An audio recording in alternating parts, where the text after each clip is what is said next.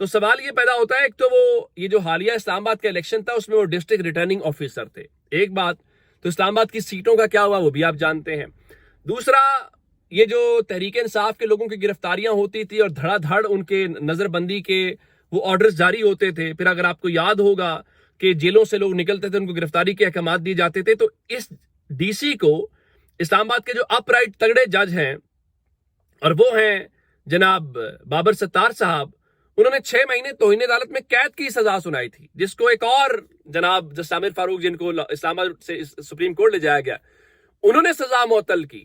تو جس بندے کو توہین عدالت کی سزا ہوئی ہو، اس کو معطل کیا گیا ہو، اس کو آج پاکستان کا اعزاز دیا گیا ہے۔ چلیں آپ مزید ذرا اس لوٹ سیل جو لگی ہوئی ہے اس کا سن لیجئے۔ اب باقی اسلام آباد کے وہ S H O Ashfaq Warraich ہے، اس کو بھی ضرور دیا جائے۔ ایک اور ایوارڈ آپ کے سامنے سے گزرے گا تو آپ حیران رہ جائیں گے، وہ ایوارڈ ہے جناب جو جعلی بینک اکاؤنٹ سکینڈل تھا، اس میں جو شوگر ملوں کے مالک تھے اور اومنی گروپ کے سربراہ اور آصف زرداری کے جو قریبی دوست ہیں انور مجید، ان کو بھی آج پاکستان کے دوسرے بڑے سول اعزاز ہلال امتیاز سے نوازا گیا ہے۔ اب اس کے اوپر ماجد نظامی صاحب کہہ رہے تھے انہیں تو اس کے اوپر نشان امتیاز دینا چاہیے تھا، یعنی جو شخص جعلی بینک اکاؤنٹ سکینڈل کے اندر ملزم ہے اور ایز آف دس مومنٹ بھی ابھی کیس ختم نہیں ہوئے، بریت نہیں ہوئی، تو اس کے اوپر پھر مطیب اللہ جان نے کہا چونکہ آصف زرداری بھی ان سب میں تھے،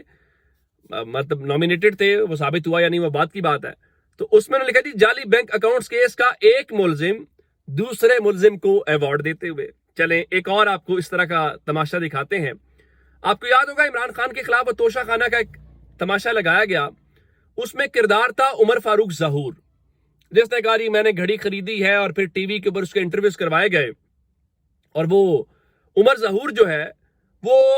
انٹرنیشنلی فراڈ کے مختلف مقدمات کے اندر وہ لوگ کہتے ہیں جی وہ مطلوب ہے، انٹرپول کے والے سے بھی دعوے کی جاتے ہیں،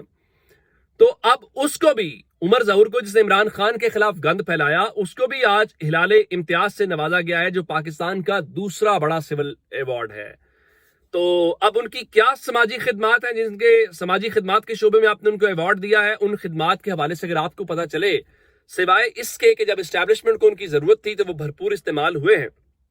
تو ہمیں بھی ضرور بتائیے گا۔ اچھا اس سے ہٹ کے ایک اور ذرا پاکستان کے ایوارڈ کی بات ذرا سن لیجئے۔ وہ آپ جانتے ہیں کہ مختلف شہروں کے اندر کراچی میں، لاہور میں ایک امتیاز سپر سٹور کے نام سے اسلام آباد میں بھی ہے، تو جو امتیاز سٹور کے مالک ہیں امتیاز حسین، ان کو بھی ستارہ امتیاز ملا ہے۔ امتیاز سٹور کے مالک امتیاز کو ستارہ امتیاز، کیا جملہ ہے! تو اس سے اندازہ لگائیے کہ ہم نے کیا کیا ہے۔ ان سے ہٹ کے جو سابق ڈی جی ایف آئی اے ہیں احمد اسحاق جہانگیر، ان کو بھی ستارہ امتیاز ملا ہے، اور ان کا تذکرہ بھی ایک سٹوری کے اندر تھا جس کی سزا بھائیوں کو احمد نورانی والی کے اندر۔ تو جناب کے دور میں صحافیوں کے خلاف مقدمات بنائے گئے، پھر کشتی کے حادثات اور انسانی اسمگلنگ کا بے انتہا اضافہ ہوا، لیکن جناب کو بھی ایوارڈ سے نوازا گیا ہے۔ اور تو جہاں پہ منیف فاروق جیسی، حسن ایوب جیسی